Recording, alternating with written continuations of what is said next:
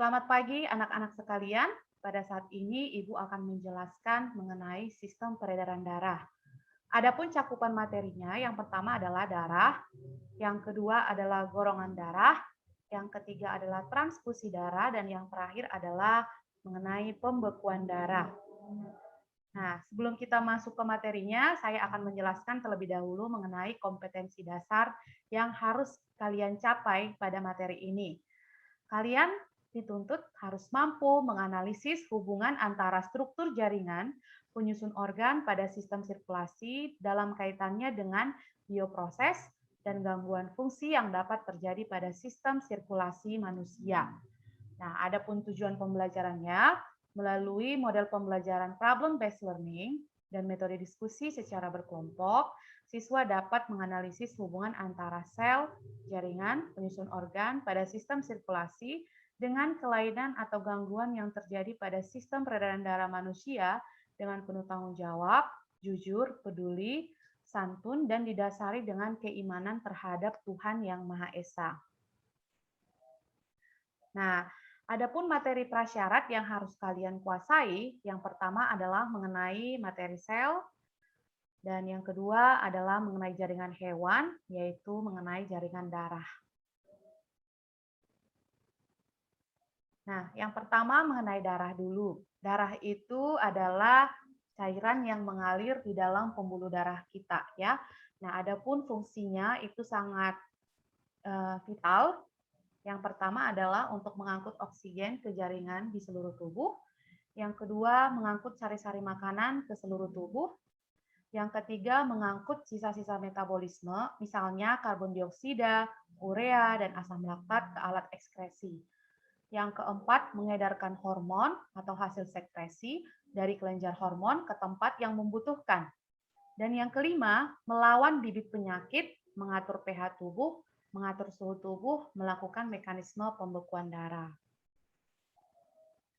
Nah, yang pertama adalah bagian darah, itu ada yang disebut dengan plasma.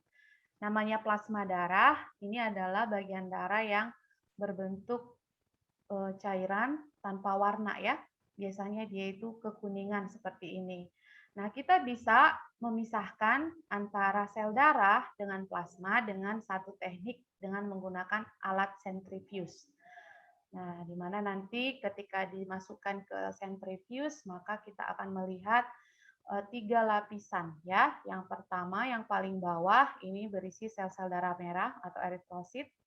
Kemudian lapisan yang di tengah ini lapisan kuning Buffy coat yang terdiri atas sel darah putih dan trombosit. Lalu yang atasnya adalah plasma darah. Nah, fungsi plasma darah ini berguna dalam pengaturan tekanan osmosis darah, bisa juga membawa sari-sari makanan, sisa metabolisme, hasil sekresi, dan beberapa gas. Salah satu contohnya adalah dia itu bisa mengangkut karbon dioksida yang berbentuk ion bikarbonat. Protein plasma terdiri dari 3 jenis. Yang pertama albumin. Nah, ini kadarnya 55-60% dan disintesis di hati. Kemudian yang kedua adalah globulin, ini kadarnya 35%, terdiri dari alfa dan beta globulin dan juga disimpan di hati atau disintesis di hati. Fungsinya membawa lipid dan hormon. Kalau gamma globulin ini namanya imunoglobulin. Nah, ini juga disintesis di jaringan limfoid, fungsinya untuk imunitas. Dan yang ketiga ada yang namanya fibrinogen. Ini sebanyak 4% disintesis di hati dan fungsinya untuk mekanisme pembekuan darah.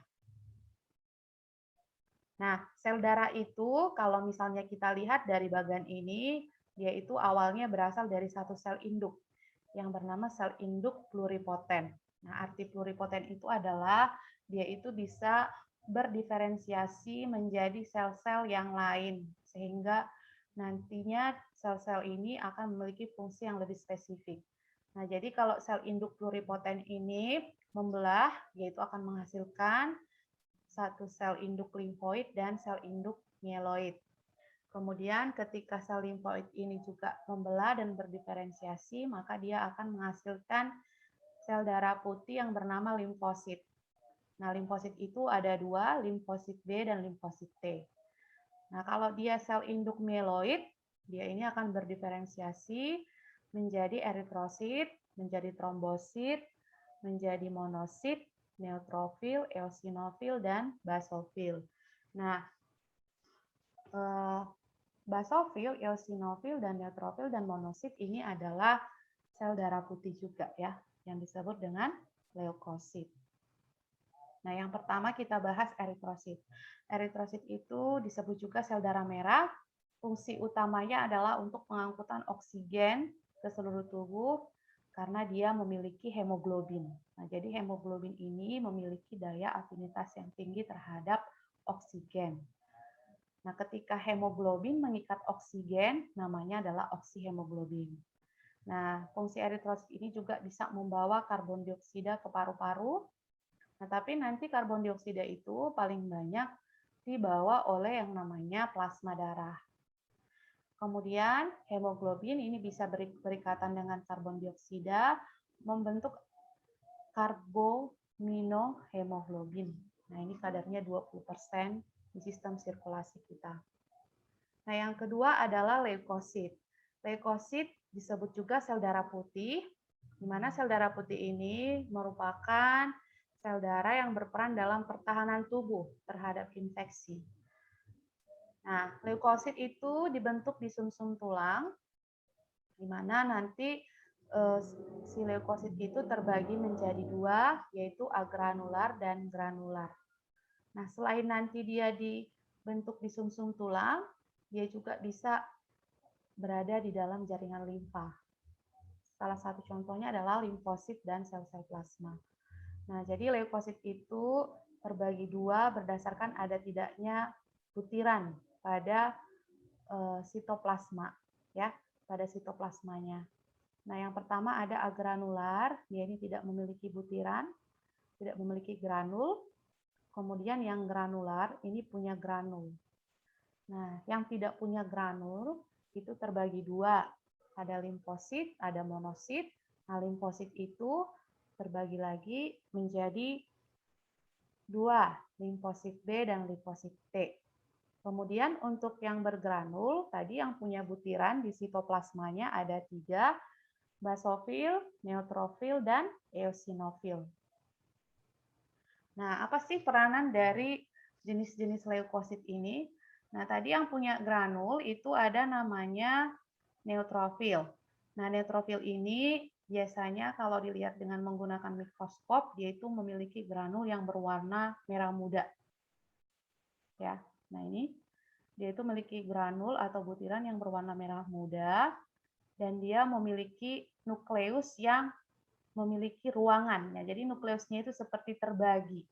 Nah, biasanya kan nukleus itu bentuknya bulat satu ya. Nah, ini dia memiliki lobus, terbagi menjadi tiga, tapi masih tetap dalam satu kesatuan, bisa 3 sampai 5 lobus.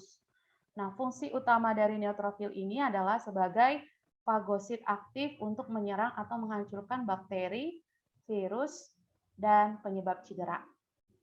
Lalu yang kedua, ini adalah eosinofil. Nah, kalau eosinofil itu nanti peranannya dalam memfagosit yang lemah ya, dan berperan juga pada jaringan yang cedera. Nah, ciri-cirinya untuk eosinofil, dia itu punya granul yang kasar, kemudian warnanya itu berwarna jingga kemerahan, dan dia memiliki nukleus sebanyak 2 lobus, seperti ini ya. Nah, eosinofil ini juga nanti berperan dalam reaksi alergi. Kemudian yang ketiga ada basofil. Nah, basofil ini memiliki yang namanya inti yang tidak berlobus, ya. Jadi dia ini seperti huruf S, ya. Tapi kalau dilihat sini seperti bulat penuh, ya. Nah, jadi granulnya besar-besar, tidak beraturan, dan granulnya berwarna keunguan. Nah, basofil ini nanti mengandung histamin dan heparin. Histamin itu nanti peranannya dalam peradangan, heparin ini nanti adalah faktor antihemofili yang dikeluarkan saat terjadi luka sehingga proses penyembuhan luka itu bisa cepat terjadi ya, atau proses pembekuan darah bisa cepat berlangsung. Kemudian ada agranulosit.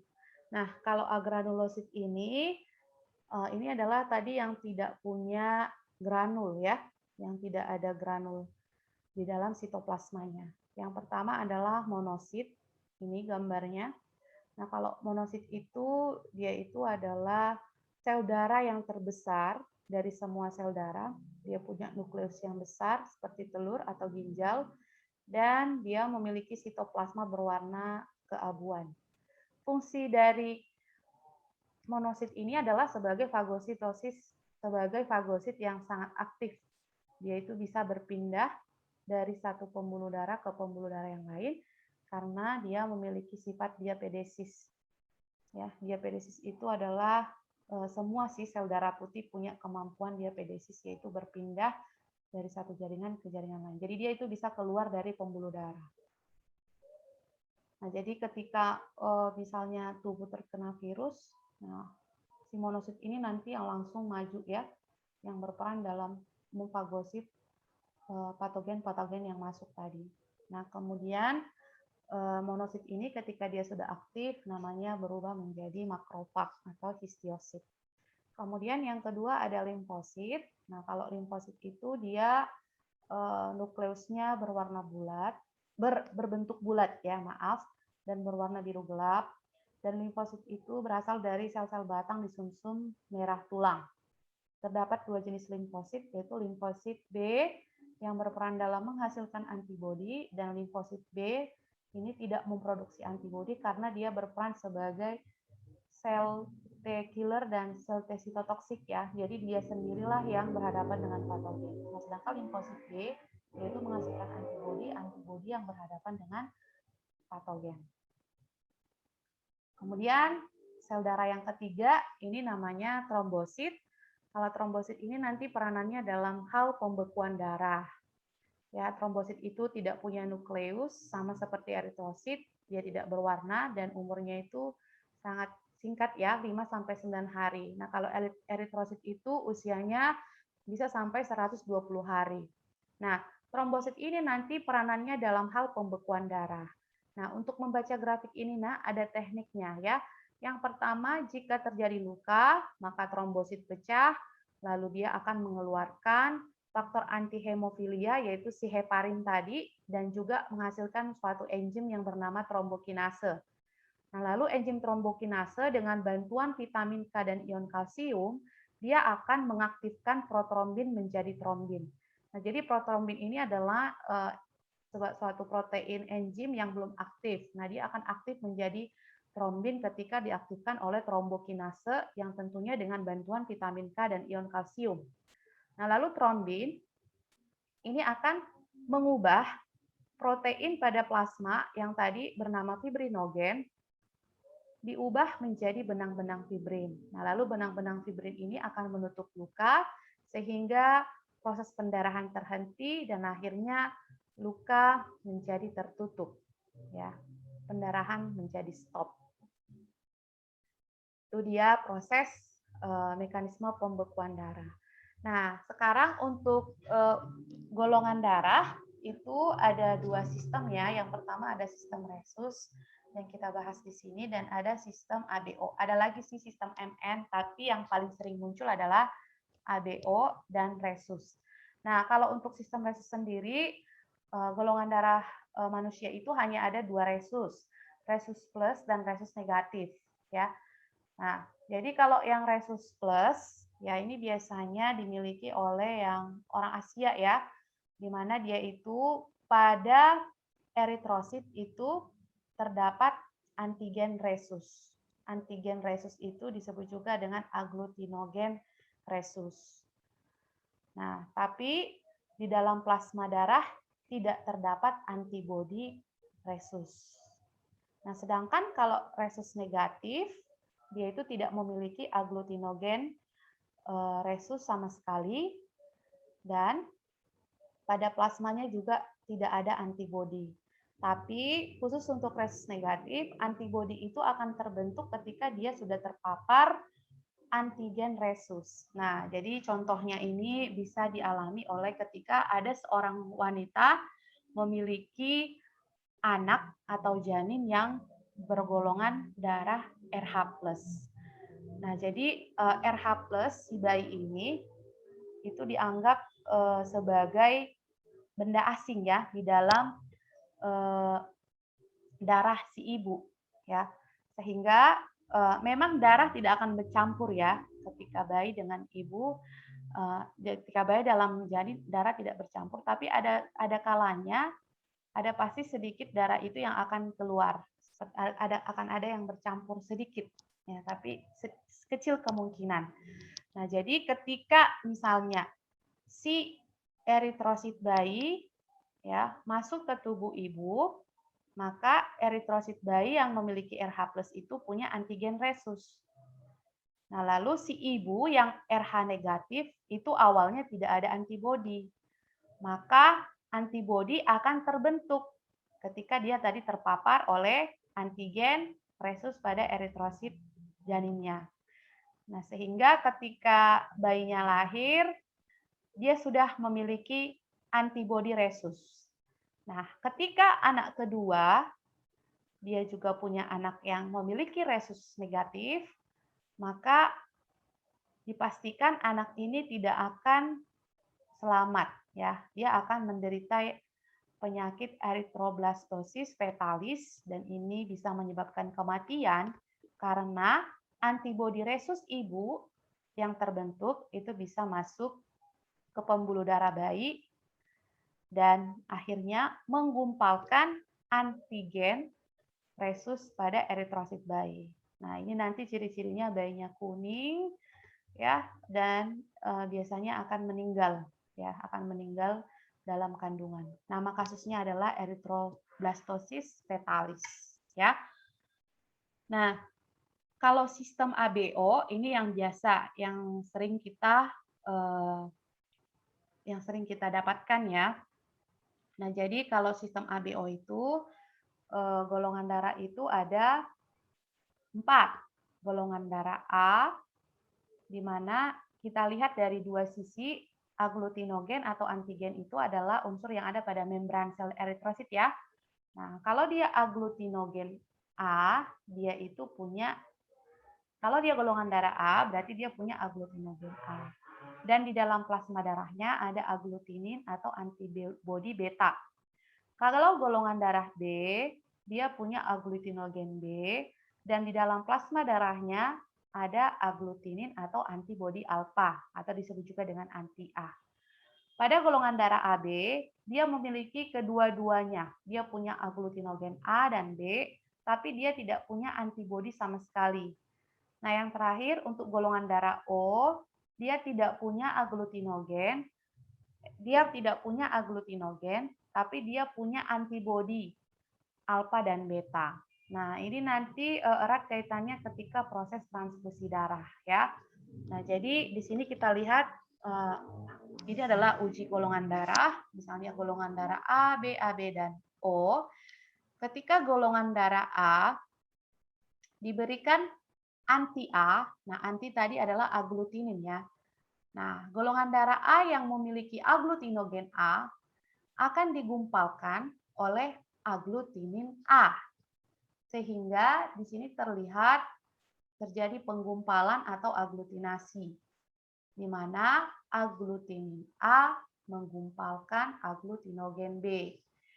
Nah, ketika si golongan darah A ditetesi aglutinin beta atau anti B, tidak ada terjadi reaksi penggumpalan darah karena anti B tidak bisa menggumpalkan aglutinogen A.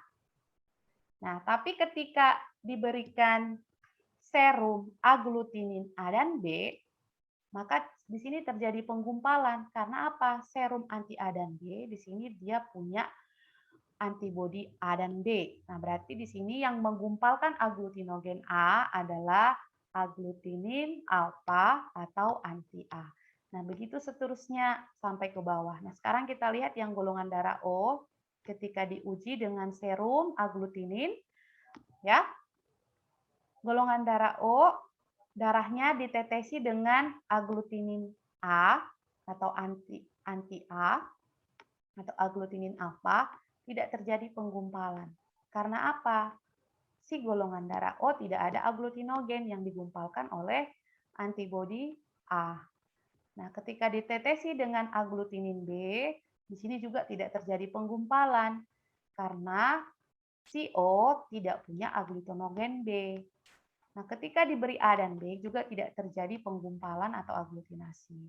Maka itu artinya adalah ketika golongan darah O mendonorkan darahnya ke golongan darah yang lain itu bisa, ya, itu bisa. Makanya dia disebut sebagai donor universal. Alasannya kenapa?